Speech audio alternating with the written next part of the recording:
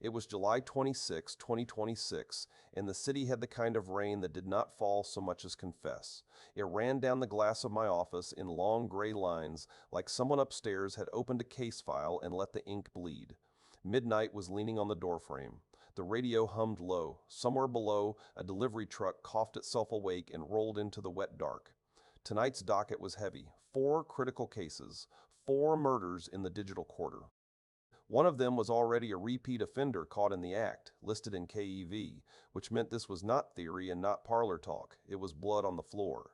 The informant's tips, those EPSS odds, ranged from 28% to 76%, enough to make any defender sit up straight and count the locks twice. The first body on the slab was CVE-2026-56291, a critical murder with a CVSS score of 928 and an EPSS %91, ate an EPSS percent. The perp worked the Joomla beat, inside the Balbooa Forms extension from balbooa.com. This one was in KEV, a repeat offender caught in the act. The broken thing was an unauthenticated arbitrary file upload, best read as CVE-434, unrestricted upload of file with dangerous type.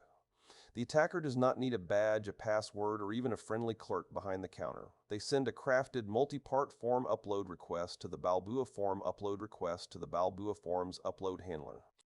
The extension accepts the file, fails to properly block dangerous extensions or executable content, and places the payload somewhere the web server can reach. If that uploaded file is PHP or another executable type allowed by the server, the attacker calls it over HTTP. The server runs it. The case turns from file upload to full remote code execution. The affected range is Balbooa Forms before version 2.4.1. Any Joomla site running the extension below 0.4.1 is in the alley with the lights out. Joomla still has a long tail across small business, municipal, education, nonprofit, and agency-built web property. A vulnerable form plugin can be enough to turn a contact page into an entry wound. The attacker gains code execution in the web server context, which can mean web shell deployment, credential theft from configuration files, database access, defacement, spam hosting, or ransomware staging. No authentication is required. No user interaction is required beyond the site being reachable and the vulnerable form component being active. The remedy is plain. Upgrade Balbooa Forms to 2.4.1 or later, and do it like the rain is coming through the ceiling. Joomla administrators and web operations teams should verify every site, including old campaign pages and forgotten microsites. If patching has to wait, disable the Balbooa Forms extension, block direct access to its upload endpoint, and configure the web server so upload directories cannot execute scripts. Security teams should hunt for recent post requests with multi-part form data to Balbooa upload paths, followed by GET requests to newly created PHP or suspicious files.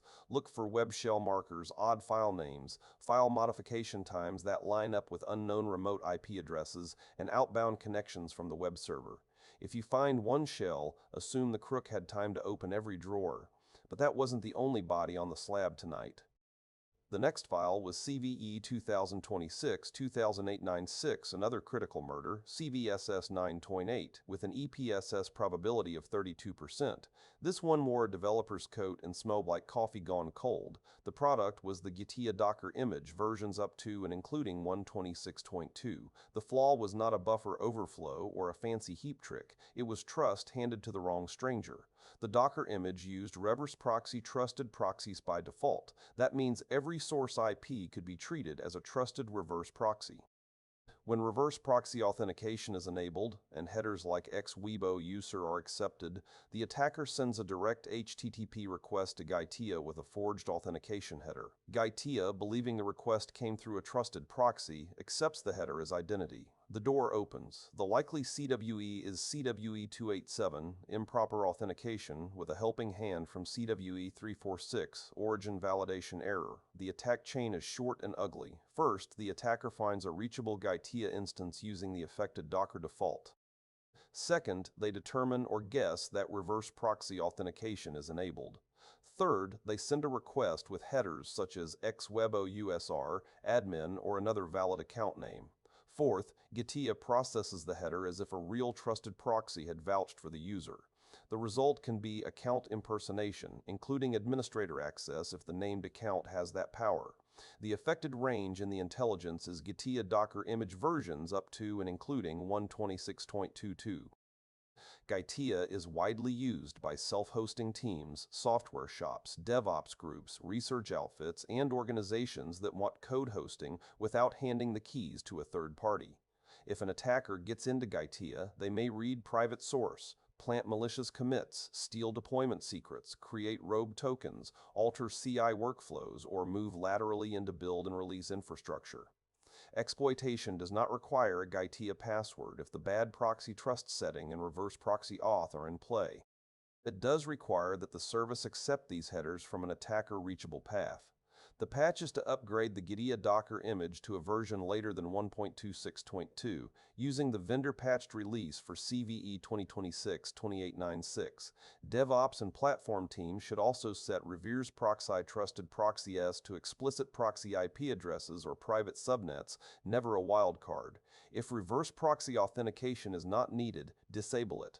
Put Gitea behind a real reverse proxy that strips inbound ex-WebAuth user and related auth headers from untrusted clients before adding its own. Detection starts in the access log.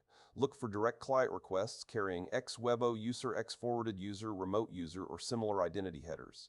Correlate sudden logins with no normal authentication event, new admin activity, repository clone bursts, token creation, webhook changes, and unexpected commit or release activity.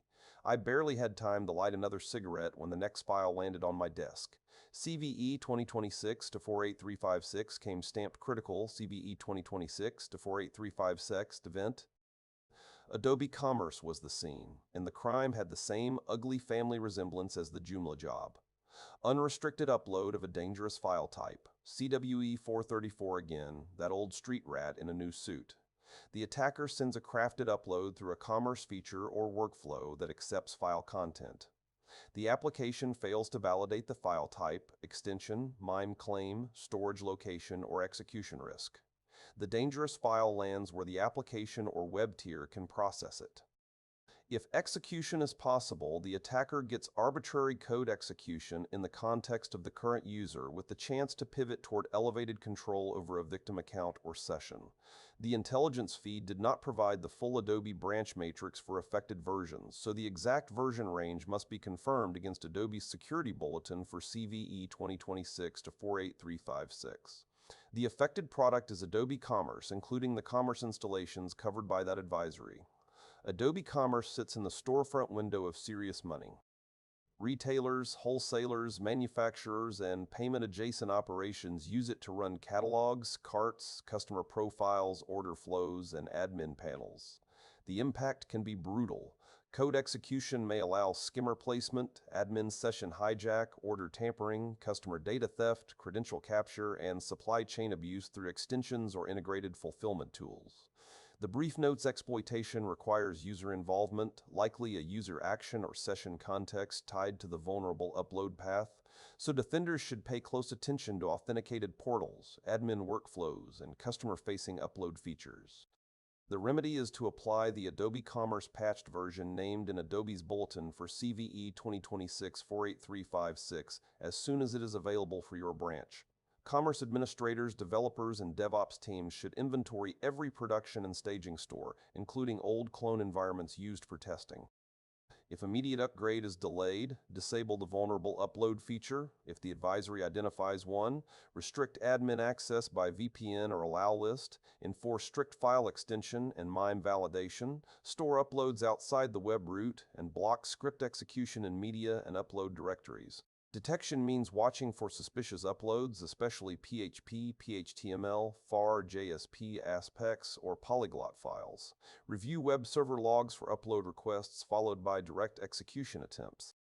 Hunt for modified checkout templates, new admin users, strange JavaScript near payment pages, and outbound calls to unknown domains. The night was far from over. The last case was CVE 2026-48284, a critical murder in Adobe Cold Fusion, CVSS 9.6, with an EPSS probability of 28%. Cold Fusion has been around long enough to know better, but old neighborhoods keep old secrets. This vulnerability is improper input validation, most closely CVE-20 improper input validation. The attacker sends a crafted request containing malicious input to a Cold Fusion component or endpoint that fails to validate, normalize, or constrain that input before handing it to a dangerous operation. Because the scope is changed and the result is arbitrary code execution in the context of the current user, the bad input likely crosses a trust boundary.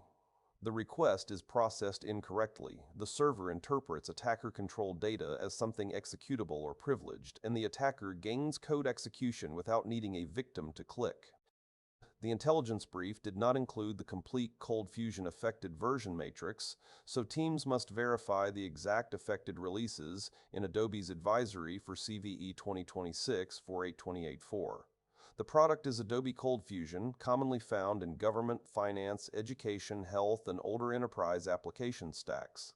That makes this one dangerous even at 28% EPSS. Cold Fusion servers often sit behind business processes that nobody wants to touch until the audit starts asking questions.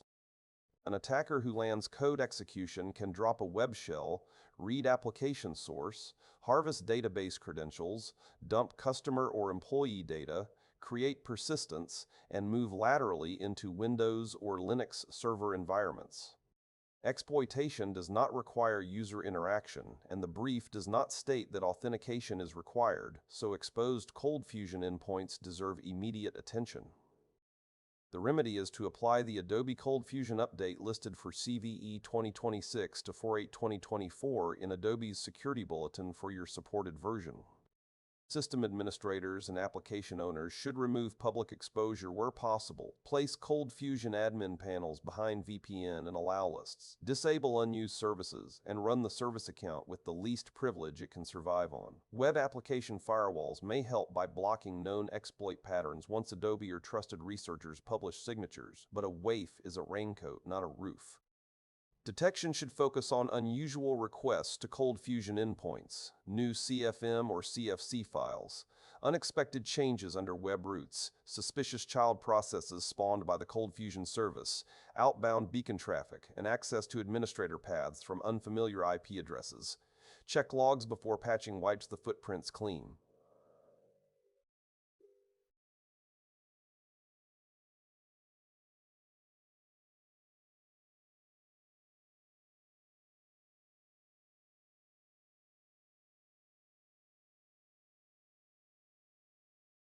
Too dangerous upload murders. Attackers are still winning where applications trust files, headers, and input they never should have trusted. The fastest way to lower the body count is to patch, restrict exposure, strip untrusted headers, block execution and upload paths, and search the logs like the guilty are still nearby. So close the back doors, count the servers, ask your proxies who they trust, ask your upload folders what they can execute. And when the city gets quiet, do not mistake quiet for safe. This is Jack Cypher, signing off from the wet side of the wire, where every open port has a story, and some stories end in sirens.